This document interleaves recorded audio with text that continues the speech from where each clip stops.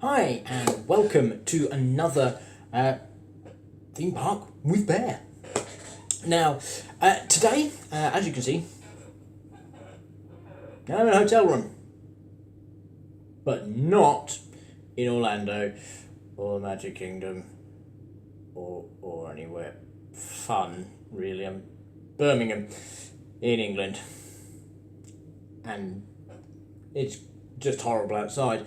Yay, the joys of my work. However,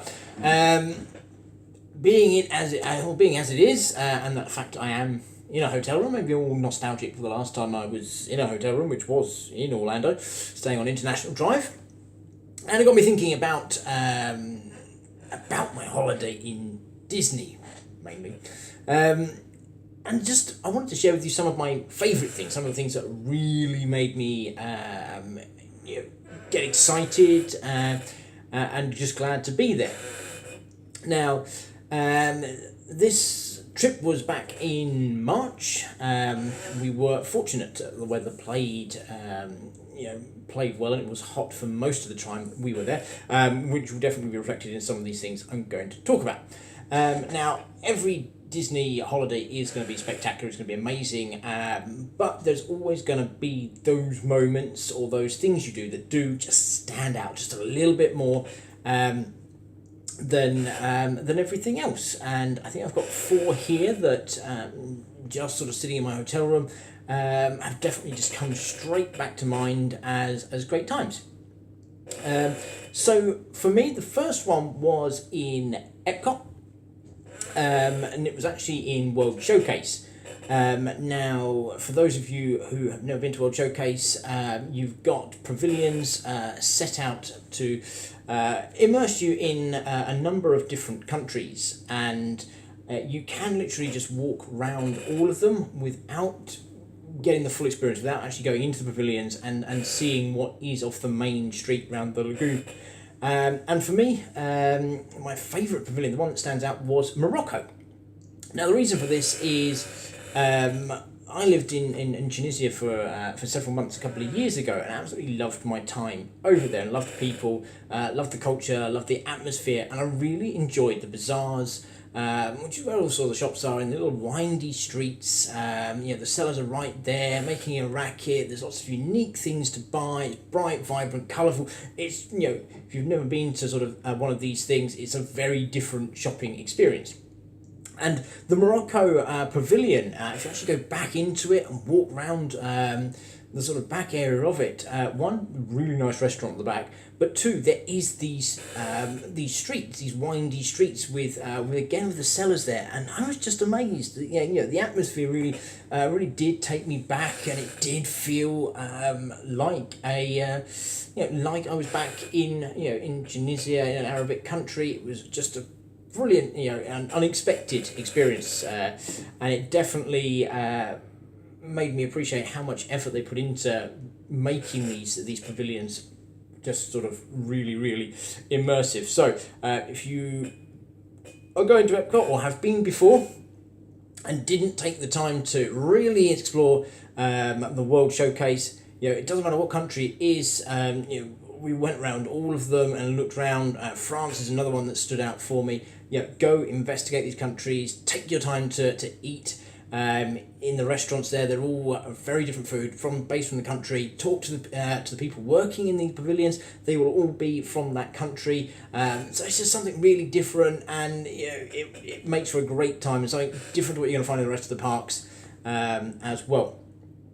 My second thing that stood out is the big kid in me. Really enjoyed this. Is I'd never any other time I've been to Disney really done the character meet and greets. Don't ask me why. Definitely, actually, as a kid, they scared me a lot because they were just so big. but since then there's no real reason. So this time, definitely went and did all of the character meets that we possibly could.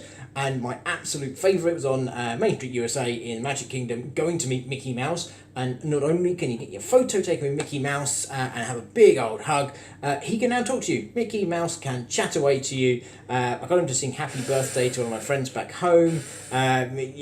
He did a magic trick which was corny but absolutely wonderful. It's just really good to interact with your characters. The talking characters were my favourites. Aladdin was and Princess Jasmine was another really enjoyable one.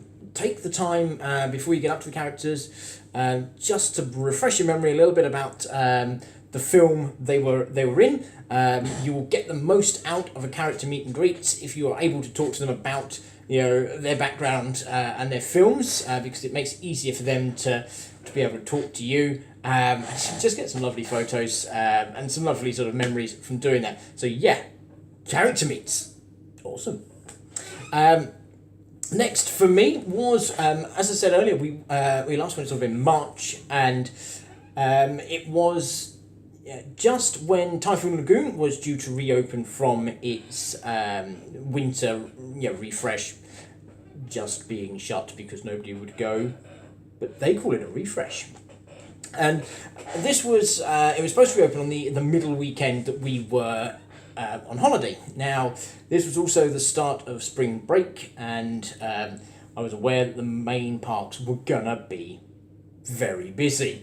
So I made the decision on the Saturday and Sunday on that weekend to not hit the main parks, actually hit the water parks. The Saturday we went to Aquatica, which was SeaWorld's water park. Had a really good day. It was busy, it was really hot, got sunburnt, stupid me. Had a great time. Now on the Sunday we were going to Typhoon Lagoon. Now we knew that was the sort of open date that had been given to us before we went on holiday. However, Disney hadn't really advertised it. It wasn't sort of, we hadn't seen it since we'd been over that it was reopening, and also it wasn't as sunny as a Saturday. Actually, it was quite grey skies, and it was drizzling with rain a little bit during the day. So we were going along, not 100% sure actually that Typhoon Lagoon would be reopened or fully reopened. So yeah, we had a contingency plan that we might end up in either Blizzard Beach or Disney Springs for the day. But we got to Typhoon Lagoon and it was reopened, but people, I think, were a bit like us, either unsure if it was reopening or just had completely missed it altogether, as it was dead. Like, they're dead. It was so quiet. It was such a great experience to actually have a water park almost to ourselves. There was just enough people in the park to give it a little bit of atmosphere. You got the screams from the wave pool when the large wave was coming. You could hear the screams from the slides and that. But at no point did you have to fight for sunbeds or queue for anything. We literally did Crushing Gusher, I think 6 times on the bounce, just up and down. Got the old step count going on the stairs up and down carrying the inflatables. But it was just great to not have to queue for anything. We did every slide multiple times, had plenty of time to relax. It is the only time I think that I've ever been on a lazy river. I really enjoyed it. There was no kids pushing past you. You weren't barricaded by a family of 10 all holding each other's rubber rings so you were stuck behind them.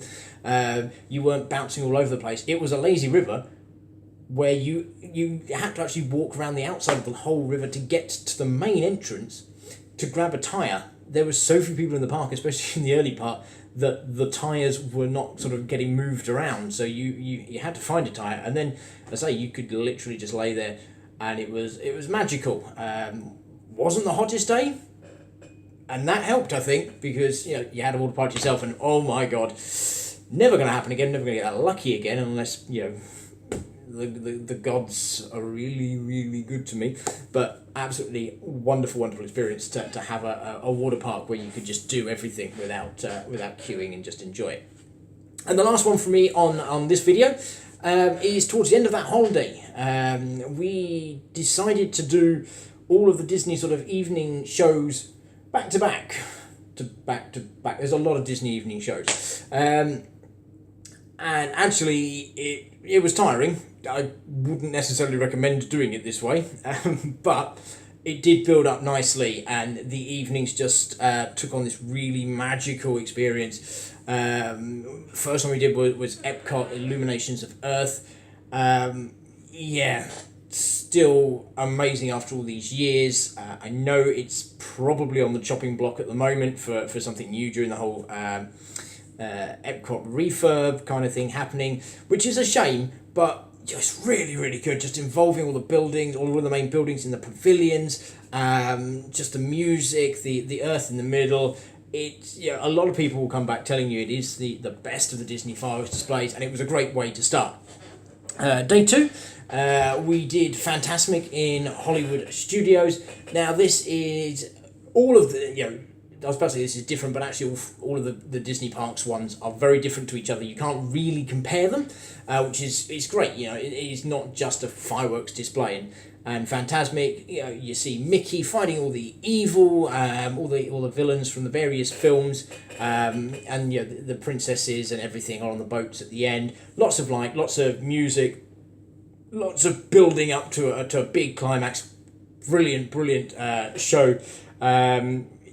Get there early, get good seats. You want to be sort of front and centre for this one. It's where you get the best view and the best all-round experience.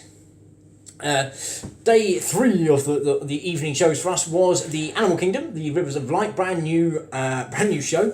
Literally has opened earlier this year. That again is really, really good, and completely different. Obviously, it's a water, an animal park. Sorry, so you cannot have fireworks.